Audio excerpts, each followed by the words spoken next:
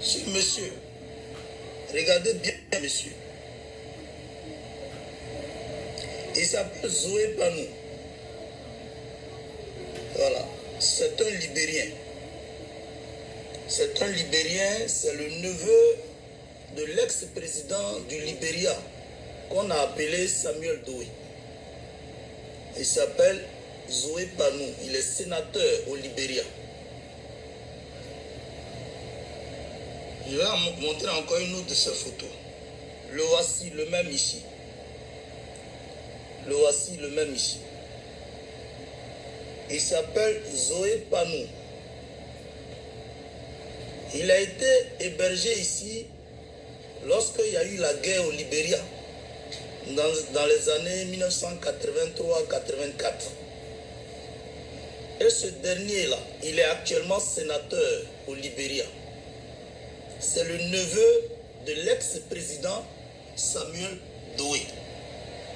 Je vous montre encore une de ces photos. Le voici encore. Le voici. Voilà. Le voici.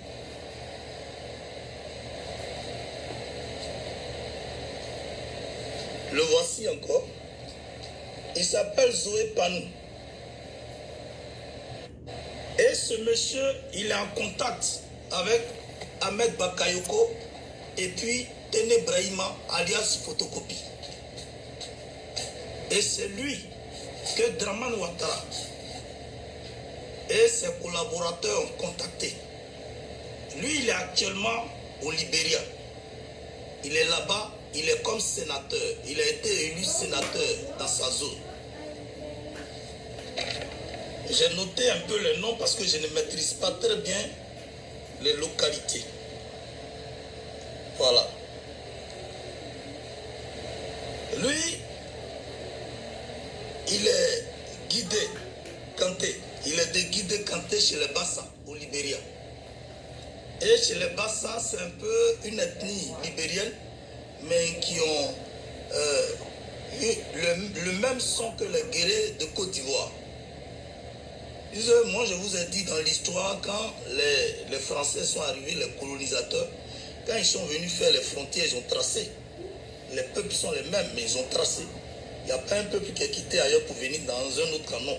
Les peuples étaient sur place et puis les Français sont venus tracer. Et puis ceux qui se sont retrouvés de l'autre côté du Libéria sont restés des Libériens. Et puis ceux qui se sont retrouvés du côté de la Côte d'Ivoire sont restés des Ivoiriens. C'est comme ça. Donc, le peuple Bassa, là-bas au Libéria, la plupart sont aussi le langage des guerriers. Donc lui, il est le neveu de l'ex-président Samuel Doe. Quand il est venu en Côte d'Ivoire, il a habité à Selmer, non loin du monde arabe. C'est là qu'il a habité. Et c'est ce dernier-là, il est arrivé ici très jeune. Vous voyez ses cheveux blancs, mais il n'est pas vieux. Hein? Voilà, il a un certain âge, il est encore jeune. Il peut peut-être avoisiner dans une cinquantaine d'années. Donc ce dernier, il est resté en Côte d'Ivoire longuement. Il est rentré qu'en Côte d'Ivoire après 2011.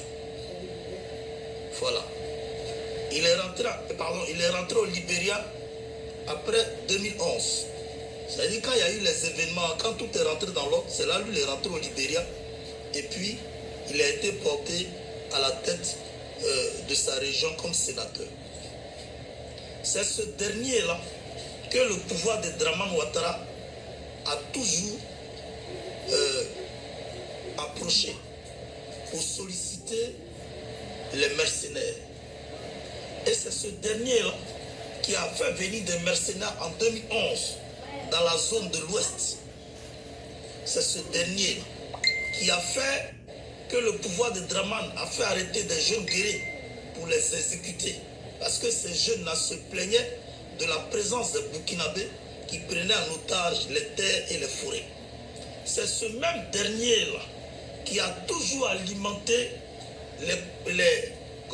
qui a alimenté les intox au niveau des camps des réfugiés des Ivoiriens au Libéria.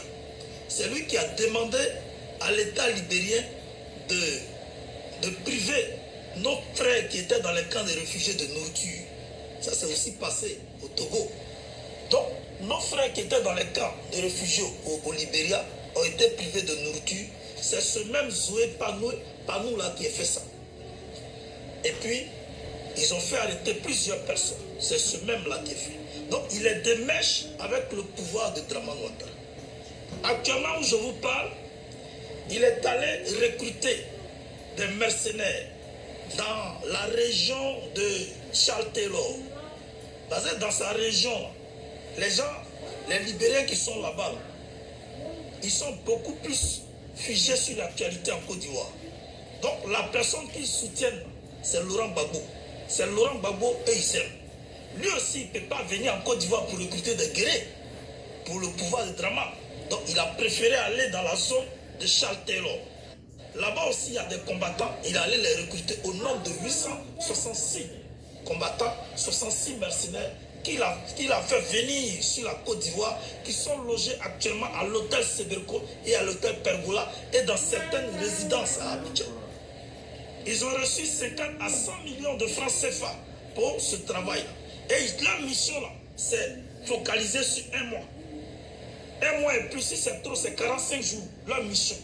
Et ils sont nourris, ils sont blanchis. Leur rôle, c'est de venir faire un faux coup d'État pour exécuter tous les cadres ou tous les hommes politiques qui sont gênants. Voilà leur mission et voilà leur rôle. Voilà pourquoi on vous demande de sortir en grand nombre. Plus vous êtes nombreux dehors et que les gens voient la foule et que le monde entier a les regards braqués sur la Côte d'Ivoire, aucun mercenaire ne peut faire quoi que ce soit. Aucun mercenaire ne peut faire quoi que ce soit. Ce dernier-là,